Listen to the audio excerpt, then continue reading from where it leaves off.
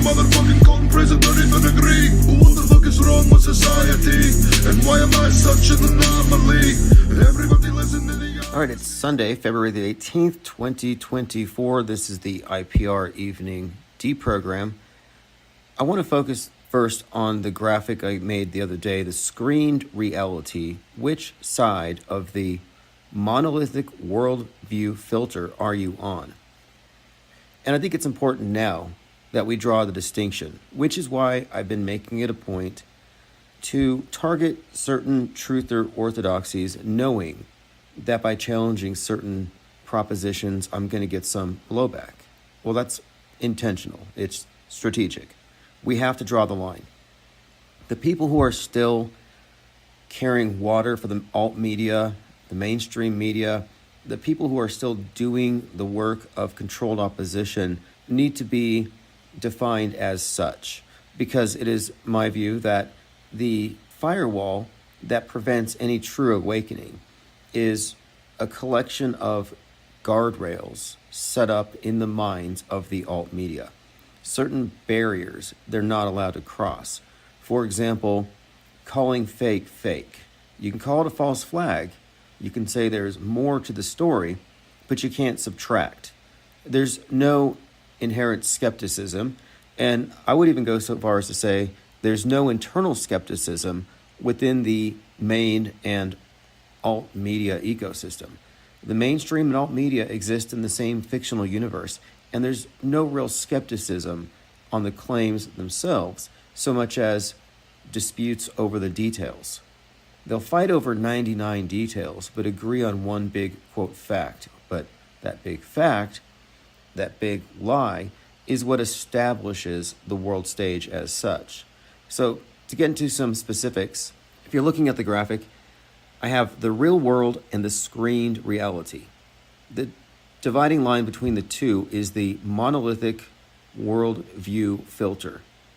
Now, what that filter represents is mediation, writ large, perceived of as a monolith. So, for example, you may watch news, listen to the radio, read books against the backdrop of your education, and the general zeitgeist. All of it kind of creates this perspective of the world which you internalize, and it's mostly a consensus agreed upon internal world view, which is totally manufactured. It's designed to be superimposed over the real one without creating a lot of obvious friction.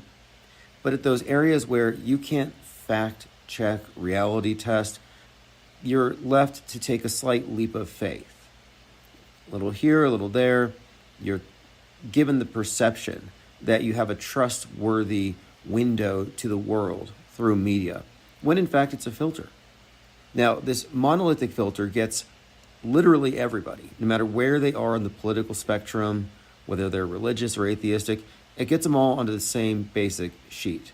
So, for example, the general mainstream media consensus has a reality augmented with consensus lies, media fakery, psyops and propaganda, things that truthers may point out, but that never really change. So, for example, you may find a lot of people disputing decades of mass shootings and terror attacks as being even real. Perhaps these are simulated events. However, the official version is what goes down in history. So that screened reality is the real world combined with whatever is designated real. Then, one step deeper, those who don't buy the screened reality, who reject the blue pill, look for more information to fill in the gaps. If they lean left, they go woke. They embrace left-wing alt media, which gives them a more holistic view of themselves, the world, and now they have more of a purpose because now they're awake. Similarly, those who awaken but on the other side of the political spectrum find themselves with more information to fill in the gaps. They're labeled conspiracy theorists, and they will believe a lot of the things because it finally answers a lot of the questions raised by the official stories. But both the right-wing alt-media red pill types and the woke exist in what I call MSM+, which happens to be a subset of the mainstream media, meaning it exists within the MSM ecosystem. It's not an alternative. It's actually deeper in the matrix in that sense, because now they've adopted even more beliefs, and it's not anymore reality tested. On the other side of that monolithic worldview filter, you have the unscreened minds, the media skeptics, the non-believers, the auto-hoaxers. And these would be those who recognize the filter as such. Now, we all exist in the same world. We're not denialists of what anybody is perceiving, but we are not believers in what has been augmented via the screen. Now, on the same side of the screen, you would also presumably have PSYOP operatives, controlled opposition agents, crisis actors, propagandists, the Illuminati, whatever you want to call them. The ones who are at the capstone level of the lie world order would necessarily be on this side of the filter, this side of the screen. And my contention is that anyone on the other side of the screen is actually serving the mass mind control operation. They are working for the newsbenders. And those who get active, whether red pill or woke, are even deeper into the programming, and they're more engaged in the info war. The only way to not participate, to not lose, is to not play the game. And that only happens when you step out of the MSM frame of reference. So it's not about going deeper. You know, the way I look at it, we're born with our faces pressed up against the screen. The people who aren't satisfied with that go all the way in. When true skepticism would take the subtractive view and would step away from the screen and then see where it does and where it does not comport with the objective world. But we're meant to be immersed in a world of subjectivity, and there's actually not supposed to be any of us on the opposite side of the monolithic worldview filter. We're not supposed to have a platform, which we don't have any representation. Alt media will not acknowledge the legitimacy of what we term auto-hoaxing because it undermines their entire world view. And again, what is a worldview? But an internalized concept of the world. And the worldview that truthers have accepted is very pessimistic, built around various doomsday scenarios, and doesn't take into account fakery. To me, it's the very definition of mind control. You know, like the Truman Show. You know, false worldview propped up by a lot of loud voices. And if you don't question those, you might remain in this simulation. And Trutherville isn't any closer to an exit from the simulation, from the lie augmented reality, than those who are dead center in the blue pill dream world. The difference between the blue pill dream world and the woke and the red pill reality is the falsely awakened are having a nightmare. The red pill is a nightmare scenario. Same with the woke. At least the mainstream media believers are happy, but they're only happy in the numbskull Truman sort of way. To me, real inner peace can only happen when you exit the mind war. And the MSM believers are part of the mind war. They're just apathetic, but they still process it and they still believe it's real at a subconscious level. The difference is I lack any kind of apathy because I don't care about stuff that doesn't exist. I've been, in fact, liberated from that obligation. There is no real off the grid if you're still mentally on their grid, if you're still mentally treating that filter as a window. And that's what this graphic is meant to demonstrate. Now, this year, it will be very easy to determine which side of the filter individuals are on. This will be a year to test who can stay off world stage. I'm not going to be goaded into taking a pro-war position. I won't be taking sides in any mainstream media-driven alternate reality game because, again, the only winning move is not to play. I uploaded a video today on the Mandela effect, a little bit of a deep dive, not even a debunk, but a refutation. And I think it just needs to be pointed out that without logical fallacies and without a built-in community, it would not exist. Should it exist? I don't really care. It's really not my business, but I care about honesty and truth, and it needs to be properly categorized. But when you properly categorize it, it ends up looking like something of a scam, something of a trick involving gaslighting. So I'll let people respond, and I'll go back and read those comments soon. Been having a lot of debate with chemtrail, contrail people, and one thing I've learned is that the chemtrail people, who call contrails chemtrails, they are terrible researchers. They're just as bad as the Mandela effect researchers. It took me 5 seconds to debunk the Ed McMahon claim. Well, here it took me 5 seconds of research to find something contradicting the claim that many chemtrail conspiracy theorists will come out and say, when I was a kid, the skies were blue and the sun was yellow. Okay, so when you were a kid, the sun was yellow, the sky was blue, and now it's all white and toxic and poisonous. I get it. That's what they're saying. But I go out under blue skies every day. So what we have here is cultural pessimism and generalization, and people who have adopted a very dystopic, negative worldview. And they'll say things have changed.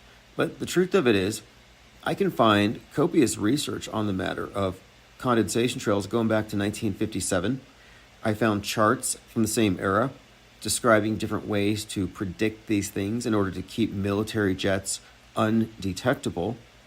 So my point of it is, this is not a new phenomenon. And those who are still calling them chemtrails or geoengineering are making arguments from ignorance because they haven't done the research. I have, and I'm continuing to do so, and I will continue to do so. And anyone who wants to debate me, I would say this: if you want to debate, we are not debating the existence of chemtrails.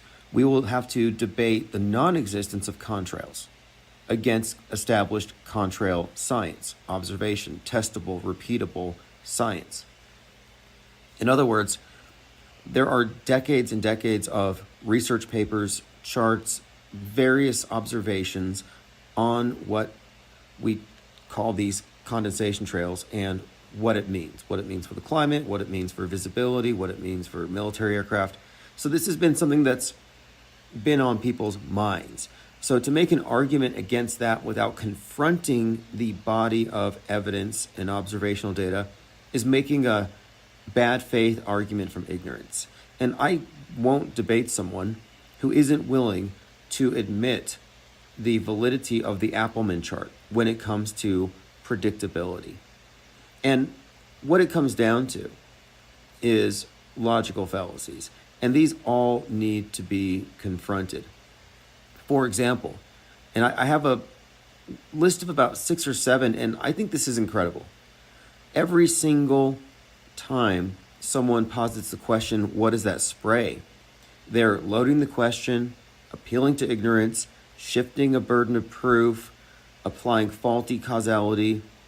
There's an appeal to motive built into this, but it's a multi-layered proposition. And it's perfectly set up in such a way to cast doubt, make someone think there isn't an answer, and that they need to find answers, which are then readily provided. But it's not even a real question. It's one of those things where they ask a question not looking for an answer because the question itself is an assertion. It's a loaded question. And the fact that people are falling for this has everything to do with these sleight of mind logical fallacies, which need to be revealed for what they are. I found an article here about ground level contrails from automobiles. Basically, in some parts of the world, the conditions at ground level, such as Whitehorse, Canada, meaning most of the temperature and the humidity, is similar to what you would have at 30,000 feet with jet engine exhaust. which meant that the vehicles at the ground level were leaving persistent trails. Now, would you ask, what are they spraying? No, you'd say, why do they have persistent trails? The framing of the question has a lot to do with the kind of answers you elicit. That's why I'm pointing this stuff out. That's what I brought up in the Mandela effect thing. The Mandela effect wouldn't exist if they weren't filtering this reality fluid, shifty reality into either or binary propositions. Again, those who claim that the trails didn't exist when they were young would have to be more than 150 years old. I'm finding a lot of research. Calculations of aircraft contrail formation critical temperatures, going back to the 1950s here. All of this needs to be examined. And I have a few reasons why. But, largely I tend to think that the chemtrail thing is just a way to get the right wing and the non-left to adopt a belief in the premise of anthropogenic climate change. It's that simple. Okay, let me go through my notes here. We're at minds.com/infinite plane society. Don't wake the normies, ignore the woke, call out Trutherville. So this is what I'm doing for anyone who's wondering, why am I doing this? Why am I going against the Mandela effect and chemtrails? What's next? Well, we're going after every single truth or orthodoxy. ISS transits, for example. But why? Here's why. This is ultimately about the mediated minds versus the unmediated, the screened or the unscreened. And I'm not interested in convincing normies because they don't think about mediation. They don't perceive it as such. The only individuals worth targeting with this message of skepticism would be the red pill truthers, although we're not aiming to recruit or convince them, but merely to expose how they're part of the system. We're not trying to convince or recruit, but rather reveal and witness to the falseness. What we are revealing is that the firewall against the truth exists in the minds of the controlled opposition do-gooders who don't know any better. That's how this system is designed. I think it's reasonable now at this point to go off the grid philosophically, to exit the mind war by disengaging emotionally. Those who cling to it are not worth recruiting because they haven't shattered that paradigm for themselves. They're on the wrong side of the screen. We need to focus on those who are already close or who have already figured out that alt media and trutherism are a subset of the mainstream and just as rigged as wokeism on the left. The only people who are even salvageable from the false awakening will be found on the gate-kept right side of the political horseshoe. This manner of approaching media with full awareness of psychological operations, of perception management stunts, of the mind war itself, this information is liberating from superstition of an encroaching dark age, which is disguised as an age of information. But we talk about the sea of irrelevance every day and the inability of the average person, and it has nothing to do with their intellect or their media savvy. It has to do with bad presuppositions, where they lack the ability to determine real and fake. And they're becoming increasingly dependent on being told what is designated real and what isn't. This is not by accident. This is all by design, which means that anyone who is still mediated is going to be a lost cause. I often describe the IPS as a raft, like a raft of penguins on the sea of irrelevance, because without this network of perceivers who aren't totally plugged in, there would be no way to maintain a grasp, a stance on objective reality. And we're going to maintain this stance moving forward. Ultimately, what we're looking at, big picture-wise, is a separation from the mass-mediated ecosystem itself, with full recognition that alt media has always been controlled. And those who don't break away will stand out like sore thumbs in the coming months. And those who are aware of what's going on will join up with us, off-world stage, conscientious objectors to the Psywar, inactivists, non-voters. I mean, you'll see how triggered people get when they think that you're not playing along, you're apathetic, you're not triggered enough. And the truth of it is, we're not participating in the info war because we are apprised of what it is. And those who are wouldn't if they knew that they were propaganda mules and fear porn spreaders, that they were, in fact, traitors to themselves and to every other victim of the mind war. If anyone has the moral high ground here, it is the auto hoaxers who have stepped back from the obligatory cycle of rapid fire belief of story after story. Non-believers, in other words, have the moral high ground. We've reserved judgment. We're not being goaded and prodded.